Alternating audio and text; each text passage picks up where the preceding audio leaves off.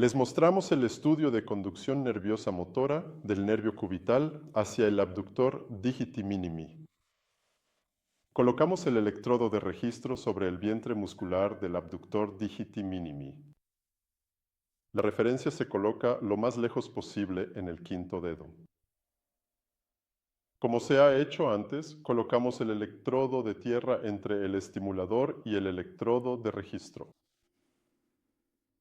El estimulador se colocará con el cátodo apuntando hacia el electrodo de registro a una distancia fija de 7 centímetros. Colocamos una marca a 7 centímetros.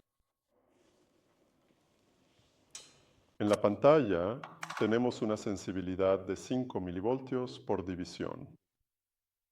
Con el botón SOM puedo cambiar la sensibilidad a 7 o 2 más. La duración del barrido es de 50 milisegundos.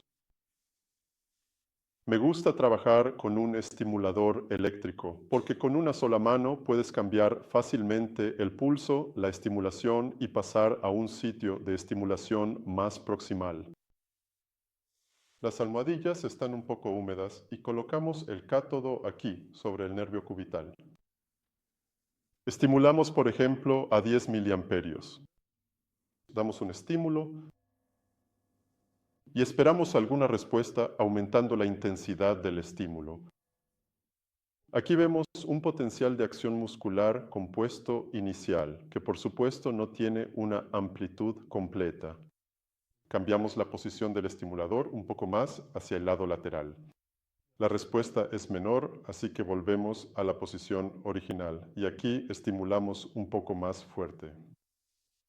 A 20 miliamperios obtenemos un potencial de acción muscular compuesto muy bueno. Los disparadores son colocados inmediatamente por el software en el lugar correcto, al inicio, en la cima y al final de la deflexión negativa. Vamos a una respuesta supramáxima, aumentando la intensidad del estímulo. Como pueden ver, tengo que ajustar un poco la sensibilidad porque la respuesta se sale de la pantalla.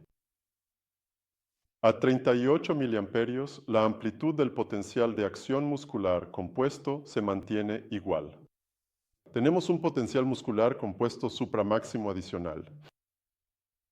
Al presionar el botón de siguiente, el sistema está listo para una estimulación más proximal. Colocamos un marcador debajo del codo, teniendo en cuenta que la distancia entre la posición por debajo y por encima del codo debe ser de al menos 8 a 11 centímetros. Aquí, en este lugar, el nervio cubital se encuentra más profundo, debajo de los vientres musculares del flexor cubital del carpo. Por eso, la intensidad de la estimulación debe ser un poco mayor para obtener la misma forma de onda y la misma amplitud de nuestro músculo compuesto. Potencial adicional. Estimulando a 38 miliamperios. En este lugar, obtenemos una respuesta muy pequeña del potencial muscular compuesto adicional. Voy a mover un poco el estimulador para ver si el potencial muscular compuesto cambia en la forma de onda. Aquí, un poco más hacia el lado medial de mi posición original, obtengo un potencial muscular compuesto muy bueno. Este aún no es supramáximo. Ya les expliqué las razones por las que tenemos que estimular un poco más fuerte en esta estimulación bajo el codo. Hasta ahora obtenemos una amplitud de 7.5 milivoltios, todavía un poco más baja que el potencial muscular compuesto supramáximo distal. Estimulo un poco más fuerte y veo que la amplitud aumenta hasta 8.2 milivoltios. Es aceptable. También lo puedes ver en los registros superpuestos. Al hacer clic en siguiente, pasaré a la estimulación por encima del codo. Nuevamente, quiero que la distancia entre la estimulación por debajo y por encima del codo sea lo más grande posible. Por ejemplo, tomo 10 centímetros. Coloco un marcador aquí y voy a estimular en esta estimulación muy proximal. El cátodo apuntando hacia el electrodo de registro y doy un estímulo. Bajo un poco la intensidad porque ahora el nervio cubital está más superficial y está muy cerca de mi estimulador. Sostengo el brazo, doy un estímulo e inmediatamente obtengo una respuesta supramáxima. Para comprobar, aumentaré, por ejemplo, un 10% y vuelvo a estimular, pero la amplitud se mantiene igual. Así que esta es una buena grabación del nervio cubital hacia el abductor del dedo meñique. Comprobamos las velocidades midiendo las distancias correctas entre los diferentes sitios de estimulación. Entre la muñeca y por debajo del codo medimos 215 milímetros. Escribimos aquí. Esta distancia de 215 milímetros obtenemos una velocidad de conducción de 50 metros por segundo. Entre debajo y por encima del codo medimos la distancia aproximadamente 100 milímetros. La velocidad de conducción es 48, como saben, para explorar. Una compresión del nervio cubital a través del codo debe haber al menos una disminución del 10 al 20% de la velocidad de conducción entre debajo y por encima del codo. Aquí la distancia entre la muñeca y el EDM fue de 70 milímetros.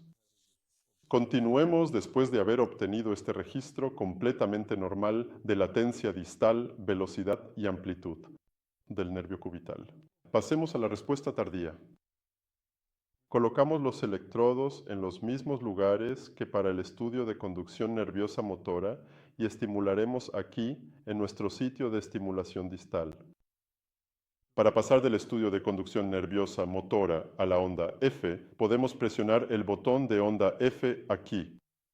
Elegimos el segmento de velocidad de conducción nerviosa que se importará del estudio de conducción nerviosa motora. Usaremos el sitio de estimulación distal. Inmediatamente vemos el potencial muscular compuesto y la respuesta tardía que se registró con una estimulación supramáxima de 48 miliamperios. Para la onda F, ahora realizaremos una estimulación repetitiva desde el número 2 hasta el número 10. Aquí puedes ver una superposición de los diferentes registros. Para obtener un buen registro de la respuesta tardía, le pedimos al paciente que desvíe su atención del examen. Así que por favor, Miroslav, intenta abrir y cerrar la mano durante todo el examen, así como apretar los dientes con fuerza durante todo el examen. Bien, y ahora podemos comenzar nuestra estimulación. Paso al siguiente. Cuando presione STIM, habrá una estimulación repetitiva supramáxima de 38 miliamperios.